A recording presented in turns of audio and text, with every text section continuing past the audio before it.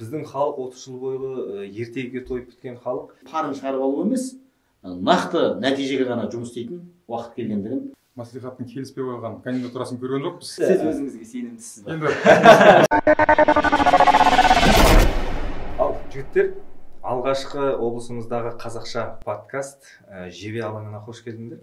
Енді алғашқы подкасттың алғашқы тақырыбы да арқалайтын жүгі де ауыр болайын деп тұр. Өздерің білесіңдер, кеше ғана Қазақстанның президенті Қасым-Жомарт Тоқаев елге жолдау арнады. Енді біздің халық 30 жыл бойғы ертегіге тойып біткен халық, сол жолдауды тағы да бір көзбояушылық болмады ма, әлде шынымен де осындай бір түбегейлі өзгерістер бола ма деген күмәнмен тұрғанын барлықтарымыз білеміз. Десе де, бұл енді қасіретті қаңтар оқиғасынан кейінгі алғашқы жолдау және биік мінберден айтылған алғашқы сөз деп қабылдаймыз. Бұл ретте бір ерекшелігі, президент сол қасіретті қаңтар оқиғасында адамдарды азаптау фактілерінің болғанын ең биік мінберден алғаш рет ресми түрде мойындады. Алғашқы бір ерекшелік сол сияқты. Басқа қандай ерекшеліктер болды бүгінгі жолдауда? Не түйдіңдер? Енді бүгінгі қоғамның барометрі әлеуметтік желі сияқты ғой. Әлеуметтік желіге қарап отырсақ, жұртшылық ең алдымен жаңа атаумен пайда болған облыстардың негізгі жаңалық ретінде, жолдаудың негізгі жаңалық ретінде алып шықты. Әрине ол негізгі жаңалықтардың бірі, бірақ одан да маңыздылығы кем түспейтін тұстар болды. Ол енді екінші, үшінші күндер айтыла бастайтын секілді. Соңғы кездегі жаңалықтардан бәріміз көріп отырмыз ғой. Үш ұйықтасақ түсімізге кірмейтін элиталық чиновниктер қолдарына кісен тағылып темір тордың артына кетіп жатыр. Ол бұрын ондай нәрсе орын алмағаннан кейін, бірақ және тек шенділер ғана емес, шенділер емес, бизнесте жүрген адамдарда, яғни мемлекеттің қаржысына қол сұқты, соған қатысы бар дегендердің барлығы, яғни коррупцияның ашық мойындалуы және соған қарсы іс әрекеттің орын алуы, ол да бір үлкен ерлік деп ойлаймын. Бірақ мойындамасқа шара болмаған сияқты, өйткені осының барлығын ашық айтуға халықтың талабы, қоғамның талабы итермелегендей болды. жалпы мынау жергілікті басқару жүйесіне де бір едәуір өзгерістер енгізілетін сияқты. Енді біз бұрыннан бері халықтың арасында былай тырнақша алғанда жоғарыдағылар деген сөз болатын. Жоғарыдағылар бүйтеді, жоғарыдағылар сөйтеді деп. Сол жоғарыдағыларды образын айтқанда төменге түсірудің бір алғышарты болған сияқты. Тәубесіне келтіру. Өйткені біріншіден партиялардың төрағалары қазір облыс әкімдері, өзіміз білеміз, автоматты түрде бұрыннан солай болатын. Енді қазіргі аманат, ребрендинг бұрынғы Нұр Отан. Қазір төрағаларда жуық арада орындарын босатады партиядағы. Яғни партиялар дербес атқарушы органдардан бөлек қызметін жалғастырады. Бұл жерде нақты олар азаматтық қоғамның өкілдері ретінде өздерінің нақты позицияларын айқындау керек. Жалай кетсем, осы ойды халықпен жұмыс істеудің формасын іздеу үстінде қазір біздің атқарушы билік өкілдері, байқасаңыздар. Бұрынғы халықпен жұмыс істеудің қалыптасқан формасы ол кездесу еді. Кездесу, тыңдау. Бірақ енді білесіздер, көзбояушылыққа көп салынған кезіміз болды. Кездесудің өзі жасанды кездесулер, жасанды тұлғалар, аузына салынған сөздер, шайнап берілген секілді мәтіндер сол айтылды. Енді ол жеткіліксіз екенін қоғам көрсетіп отыр. Қоғам санасы оянған, қоғам талабы биіктеген және алдағы уақытта тек қана кездесіп халықтың ішіндегі парын шығарып алу емес, нақты нәтижеге ғана жұмыс істейтін уақыт келгендігін көрсетіп отыр. Енді бағана Жаке бір сөзіңізді айтып қалдың ғой, ономастика мәселесі, мысалы Семейдің жеке облыс болуы, оған Абай атауының берілуі, жаңа Қапшағайға Қонаевтың есімінің берілуі деген сияқты дүниелер айтылды. Және бұл ретте мемлекет басшысы бізге жерлердің, елдердің атауын, тарихи атауды қайтып алып келу мәселесін айтты. Бірақ осы жерден айтты да, әрі қарай бір ойын ішінде бүгіп қалған сияқты болды. Дәл мен бұны солтүстік өңірлер үшін белгілі бір сигнал деп қабылдап қалдым. Өйткені Павлодар, Петропавл біз жылдар бойы қақсап жауыр болған тақырып, түптің түбінде осыларға тарихи атауын алып келу керек деген сияқты бір болған сияқты, ишарат болған сияқты. Сигнал болғанда да түсінген адам ғой үлкен сигнал негізі. Өйткені түптің түбінде менің өз пікірім біз жаңа Қазақстанның картасында жаңа біздің облыстың атауын жаңа атаумен енгізу керекпіз. Біздің ғана емес, көрші тұрған солтүстік өңірдегі Петропавл қалаларының атауларын қазақыландыру арқылы сол біз жаңағы өзіміздің тарихи құндылықтарымызды қайта жаңғыртатын секілдіміз. Және сигнал деп отқаннан шығады, оның жалпы кез келген игрок, былайша айтқан кезде, қарт ойнаған кезде профессиональный игрок ешқашан бүкіл козырларын шашып тастамайды.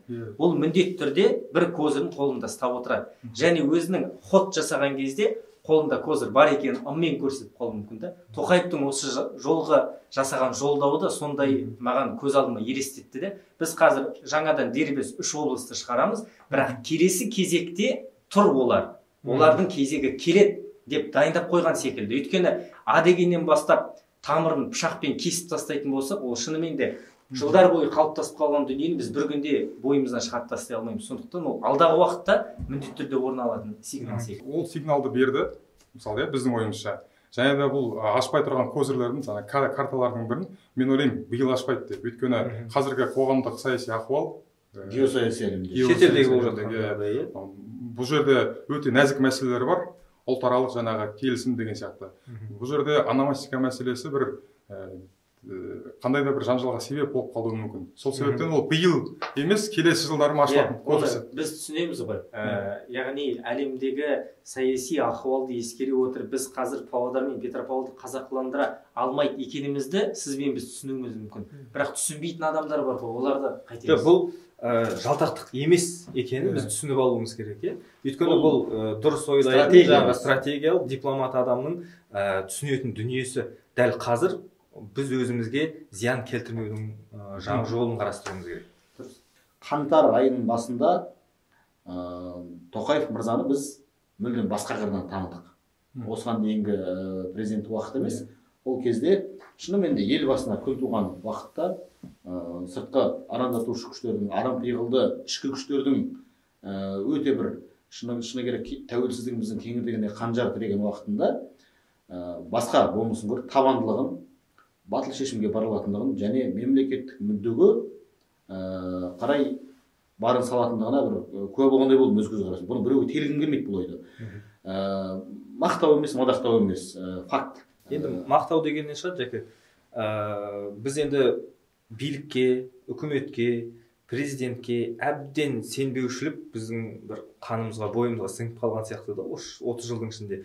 Сондықтан бізге қазір президенттікке Тоқаев келсін, одан кейін басқа біреу келсе де біз соған бәрібір автоматты түрде сенбеушілік сезіммен қарап үйреніп қалғанбыз. Бірақ біз кез келген билік басына келген адамға жирене беруге болмайды. Өйткені егер оны халық қолдамаса, егер соншалықты біз барлығына сенімсіздікпен қарасақ, онда біз жаңа Қазақстанды кім құрады?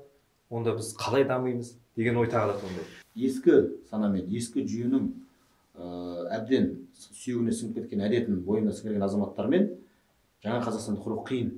Мынау көп жағдайда құра алмаймыз. Сондықтан сананы өзгерту керек. Сананы халықтың санасы өзгеріп кетті бізде. Енді билікте отырған азаматтардың санасына ықпал етуіміз керек деген ету керек, соларды өзгерту керек деп ойлаймын. Жаңа Қазақстан дейміз ғой. Президент жолдауындағы тағы бір маңызды дүние парламентке құзырет беріп қойды. Оның ішінде мәжіліске, қазір мәжіліс өзі дербес түрде заң қабылдап, жаңа сенатқа ұсынады, сенат қабылдай ма, қабылдамай ма деген сияқты өз еркі. Енді сол заң қабылдайтын мәжілісте бізде әлі күнге дейін сол ескі жүйенің адамдары әлі отыр. Сол депутаттар, сол баяғы басқа өткен кезеңдегі заң қабылдаған, заң ұсынған депутаттар әлі барлығы алдағы 1-2 жылдың ішінде сұрыпталып қалатын сияқты. Мүмкін 1-2 жылға бармай ма, алдағы бір жақын айлардың ішінде олар жаңа Қазақстанның деңгейіне, жаңа Қазақстанның идеологиясына келе ма, келмей ма жақын арада іріктеліп, өздері орындарын босатып кететін сияқты. Енді депутаттарға тықыр таянғанның бір белгісі, сайлаудағы уәдесін орындамаған депутатты жаңа орнынан алып тастауға құқық бар деген сияқты айтты. Ашық айтты. Енді келесі сіз өзіңізге сенімдісіз ба? Енді бұл жерде былай. Сіз депутат ретінде. Мемлекет басшысы жолдауында нақты айтты. Бізден артық біздің ішіміздегі жағдайды ешкім білмейді. Егер де мемлекеттің көлемінде ішкі жағдайды мемлекет басындағылардан артық ешкім білмесе, жергілікті деңгейде бізден мысалы нақты осы әр өңірдің өзінің өзгешелігіне сай Павлодар облысындағы тыныс-тіршілікті сырттағылар білмейді. Сондықтан мынау сырттан ақыл көйісіп, мысалы шеттен қаржыландырылып, өзінше бір влог жасап, қандай да бір сараптама жасаған блогерлердің, журналистердің пікіріне қарағанда, жергілікті мынау сарапшылардың көзқарасына, пікіріне сүйенген дұрыс сияқты. Бізде де бар ғой, өткенде емес, соңғы жылдары өте белсенді болып жатыр ғой, Павлодар облысындағы тіл мәселесі. Елдің ішіндегі тілдің жағдайы, елдің ішінде жүрген бізге мәлім. Біз сіздермен қазақша сөйлейміз, біздің ортақ қазақша сөйлейді. Бізбен араласатын адамдар қазақ тілінде сөйлейді. Бірақ неге екенін білмеймін, сол жаңа өзіңіз айтқандай сіріңкені тастаса лап ете салатын арандатушылық пиғылы бар адамдар әлеуметтік желіде мәселені көтереді де, Павлодар Ресейге өтіп кеткен, Павлодар орыс тілін насихаттаушы губернияға айналып кетті деген пікірлер айтылған кезде, сырттан өзіміздің Павлодар облысын емес, өзге облыстардың пікірлері келді ғой біздің. Қарағым, сен алдымен Павлодарға келіп көш, сосын айтшы деген келіп тұрады. Сол ғой, сол дұрыс. Жақсы жігіттер, енді тіл мәселесі жалпы біздегі солтүстік өңірдің жекелей проблемалары, ол тағы да бір подкасттың тақырыбы. Өйткені ол кең. Енді тағы да жолдауға оралайық. Президент айтқан тағы да бір маңызды дүние, облыс төңірегінде бізге қатысты дүние, ол облыс әкімдерін сайлау, немесе бұрынғыша айтқанда тағайындау. Бұрын қалай болды? Президент әкімшілігі бір үміткерді алып келеді, жергілікті депутаттар келісемін деп қол көтереді, немесе президент айтпақшы келіспеймін деп қалыс қалып қояды деген сияқты. Осы жерде президенттің айтқан сөзі бар ғой, кешегі жолдауында. Мәслихаттар не келіседі, не келіспейді деп. Енді бұған дейінгі тәжірибеде біз мәслихаттың келіспей қойған кандидатурасын көрген жоқпыз. Президент ұсынады, мәслихат сәйкесінше келіседі, құптайды. Депутаттарды халық қалаулылары деп аталады. Яғни халық оларды қалап алғаннан кейін қалап тағайындайды, қаламаса орнынан алып тастайтын халықтың күш-қуаты да жеткілікті меніңше. Негізі еркін пікірді айтып, сынды ашық көтеріп, кемшіліктерімізді ашып көрсету, бұған дейін кемшін болса, мынау ел президенті жаңа Қазақстанды құрамыз деген 2,5 ай дейікші, 2,5 айдан бері парламенттің депутаттары да қандай деңгейде сөздер айтып жүр. Ашық кез келген әлеуметтік желіде өткір көтеріліп жатқан мәселелерді үлкен мінберден де ашық айтып жатыр. Барлығы батыр болып шыға келді. Бұрын расымен де бұл жерде ықпалды тұлғалар деңгейінде айтуға рұқсат бермейтін еді оларға. Ықпалды тұлғалар уысында ұстап отырды. Жасыратын ештеңе жоқ ол жерде. Ал қазір сол стереотиптен көшетін уақыттың келгендігін мынау парламент емес, бүкіл облыстық, ауылдық, аудандық деңгейдегі азаматтарда, халықта биліктің бүкіл буынағы сезіну керек деп ойлаймын. Бізде әлі де шыға алмау, әлі де үрейлену, әлі де бір кісінің қас-қабағы үшін жұмыс істеу деген бір дүние қанымызда сіңіп қалғаны аңғарылады негізі.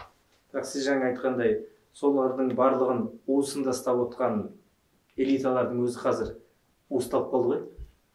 Расында. Енді жолдауға оралайық, сәл қорытындылайық. Осы дүние айтылса екен деген бір ойлар болды ма? Мысалы, не қамтылмай қалды? Не естігілеріңіз келді?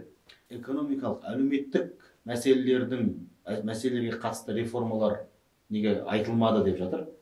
Расымен де айтылған жоқ, ашық талданып, талқыланып деген сияқты.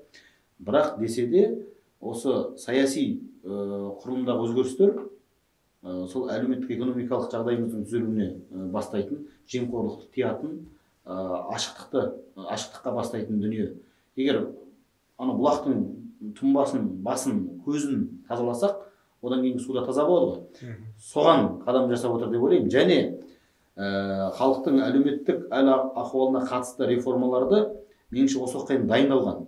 Тек мынау көрші елдерде болып жатқан геосаяси жағдайлар, талас-тартыс, қақтығыстар, одан кейін салынып жатқан санкциялар, экономикалық үлкен өзгерістер, бұл біздегі де әлеуметтік экономикалық реформаны қайтадан қарауға, қайтадан бір осы қиын жағдайға бейімдеуге тура келді деп ойлаймын. Сондықтан осы жол айтылмады, бірақ маған сөз басында Абзал айтқандай, алдағы уақытта сол карталар ашылып, мына әлемнің қиын жағдайда тұрғанда біз нық қадамымызды қалай жасаймыз деген дүниелер ашыла бастайды деп ойлаймын. Және Тоқаев мықты дипломат қой негізі.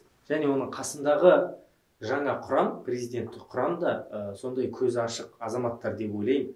Және олар яғни билік өкілдері, президент әкімшілігі қандай да бір жолдауды айтатын кезде, я болмаса халыққа бір нәрсені жарнамалайтынның алдында оның одан кейінгі қандай нәтиже беруі мүмкін және қандай зиян келуі мүмкін деген тұсын қатар ойлайтын секілді.